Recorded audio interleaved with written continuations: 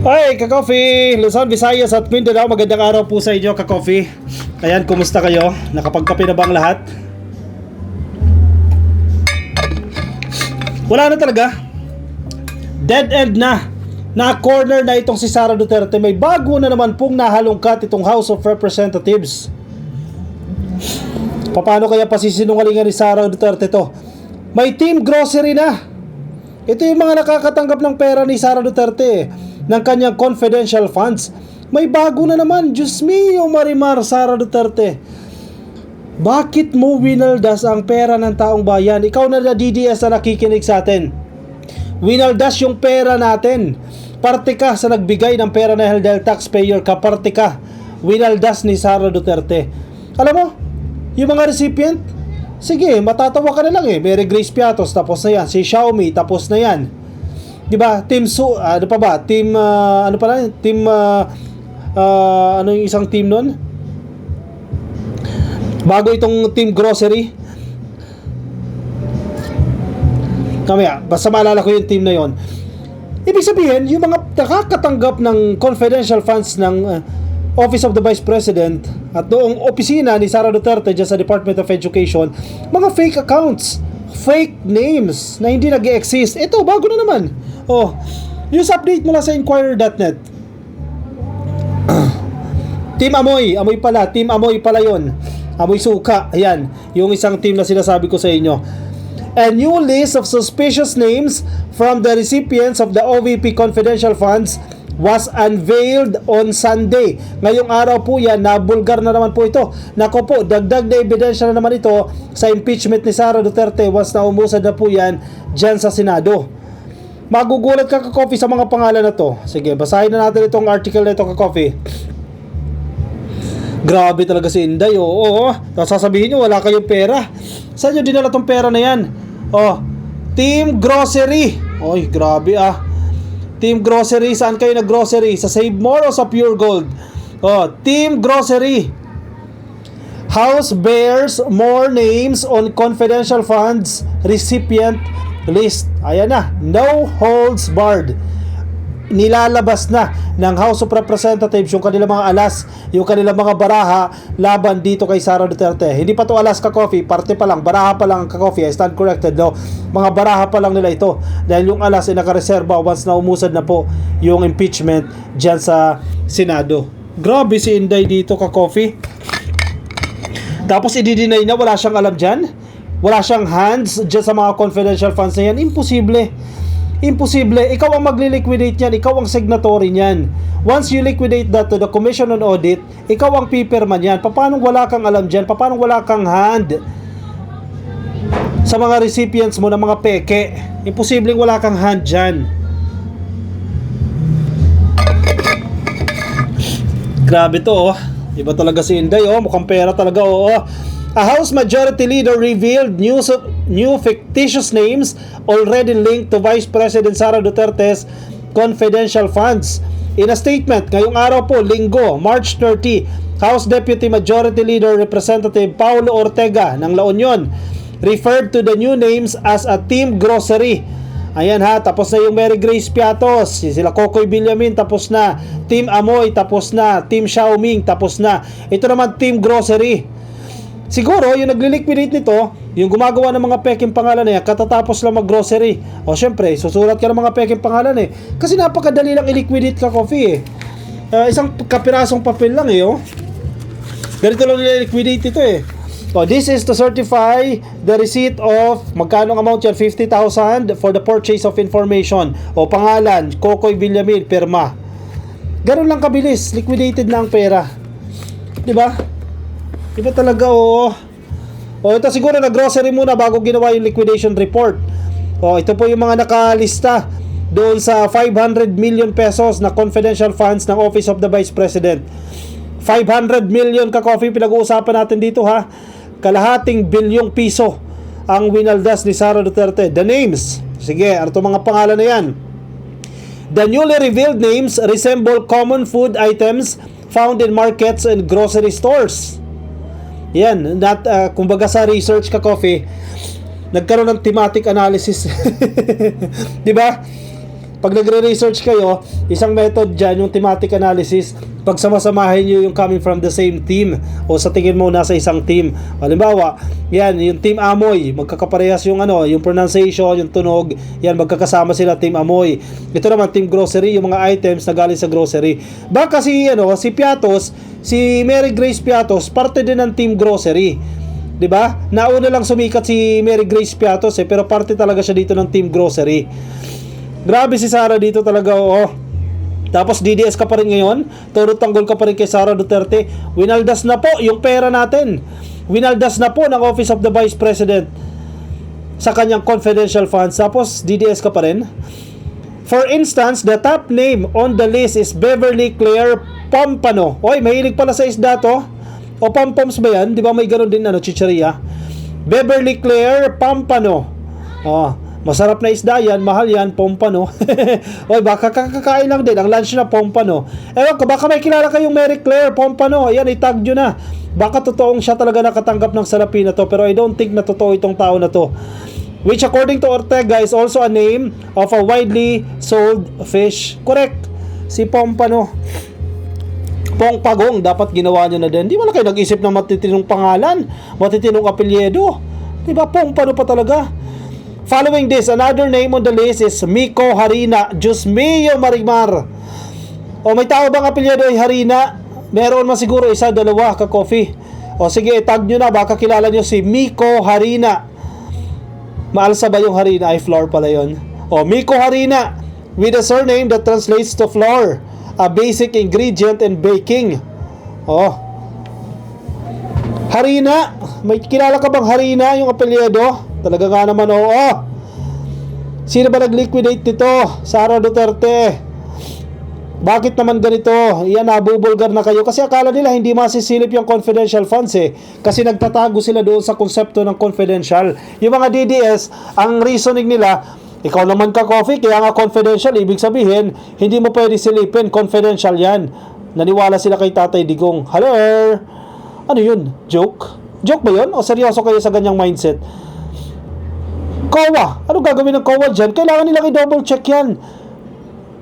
May special office ang Commission on Audit na tumitingin sa mga confidential funds. Though hindi siya same sa mga regular na expenditures natin, sa paggagastos natin sa iba't ibang tanggapan ng gobyerno. Pero nililiquidate pa rin yan kahit confidential funds yan. O yan na nga, nagkalabasan na. Bakit lumabas yan? Kasi nagkaroon ng investigasyon. At makatutulong yan para magkaalaman. Sasabihin niyo, bakit hindi ang confidential funds ng PBBM ang imbestigahan? Bakit hindi ang confidential funds ng PNP, ng Armed Forces? Bakit? Siya ba yung iniimbestigahan dyan sa House of Representatives?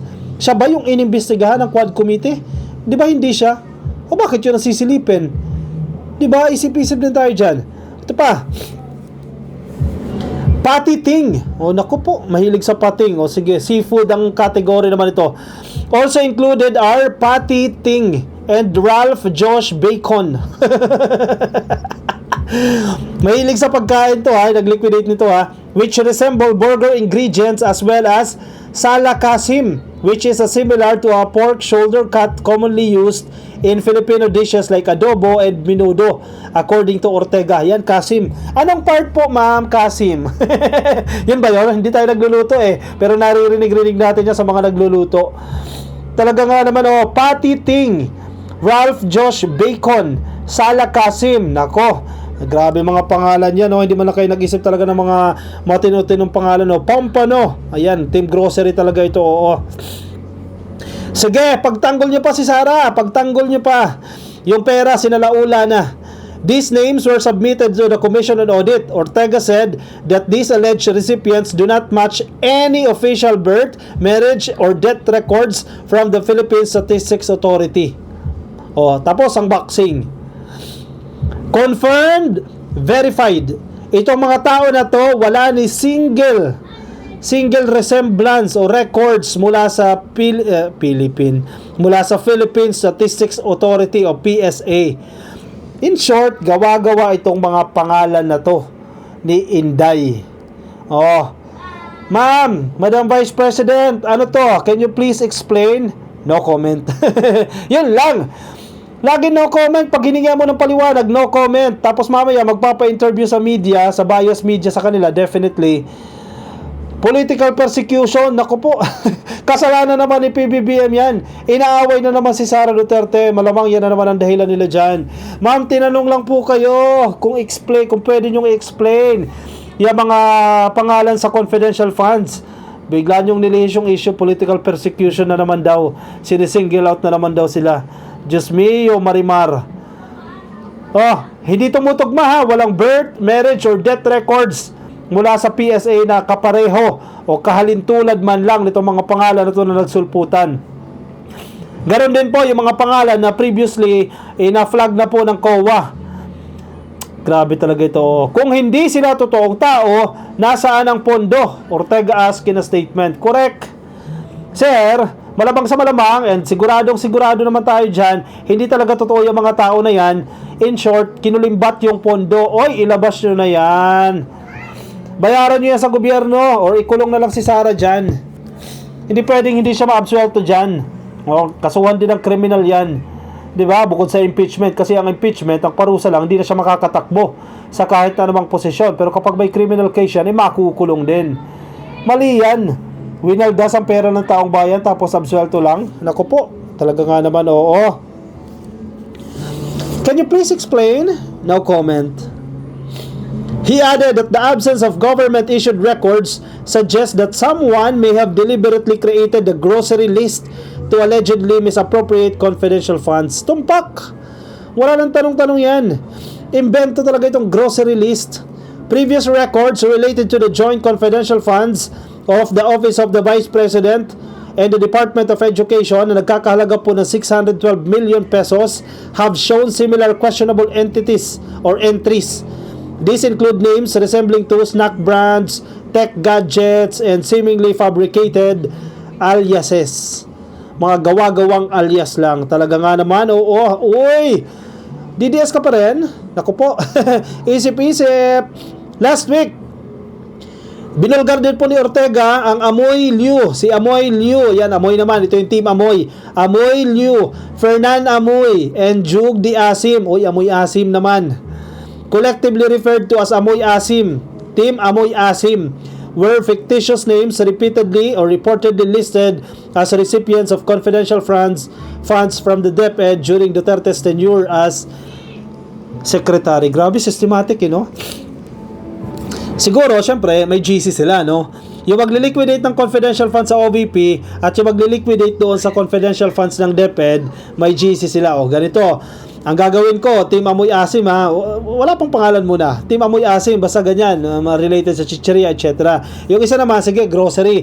O, think of anything that you can see inside a grocery store and then make it sound like a real name. Ganyan ang mga strategy nila eh. Huli! Huli kayo ngayon! In addition to the already well-known names, si Mary Grace Piatos, very popular si Mary Grace Piatos. Sa tuwing nakakakita nga ako ng Mary Grace, halimbawa nasa mall ka, makakita ka ng Mary Grace, napapasok agad sa isip mo, Piatos. Mary Grace Piatos. Sikat na sikat si Mary Grace Piatos eh. Si Kokoy Villamin. The list of alleged Budol Gang members has expanded to include Renan Piatos, Pia Piatos Lim, Xiaomi 8, Jay Camote, Miggy Mingo, and 5 individuals all named Dodong. Ang daming Dodong pare-parehas Talaga nga naman, nako, DDS ka pa rin. Isip-isip. According to Ortega, of the 1,992 individuals allegedly receiving confidential funds from the OVP, a significant number lacked official records. 1,322 po had no birth certificates, 1,456 had no marriage certificates, and 1,593 ang wala naman pong death certificates. Kahit ilang beses natin ulit-ulitin yan, malinaw na hindi nag-e-exist itong mga tao na to, mga peking tao na ito na gawa-gawa lang ng kampo ni Sara Duterte para makulimbat ang salapi. Grabe In February, the House of Representatives forwarded impeachment articles against the Vice President, including allegations of confidential fund misuse. Ito mga to, alam mo, lalabas pa to once na mag-proceed na ang impeachment trial dyan sa Senado. Mapag-uusapan to mga pangalan na to. Muling lulutang nan, we will be entertained once more dito sa mga pangalan na yan. Kasi naman, ako naman, halatang halata naman, ma'am, bakit naman di man lang kayo nag-isip ng matinutinong pangalan? Di ba? Sobrang daming pangalan na iniisip ninyo, o lahat na lang naging palyado tuloy. O ngayon, nabubulilyaso kayo. Isip-isip naman dyan. Tapos idadahilan ni madam, wala akong hand dyan. Hindi lahat ng papeles dumadaan sa akin, madam. Command responsibility yan. Pumalpak yung tao mo, ikaw ang mananagot dyan.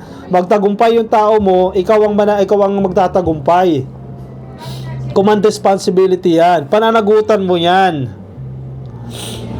O, tapos ngayon, linis kamay. Tapos ngayon, ang issue, nako po, ginagawa na naman sila ng mga issue ng administrasyon ni PBBM.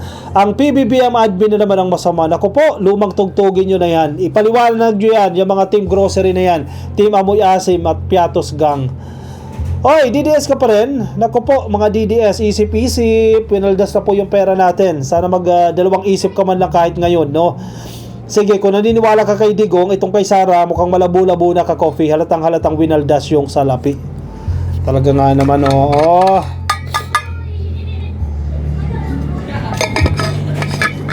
Itag nyo na yung mga kilala nyo. Yung mga nabanggit natin pangalan, baka kilala nyo.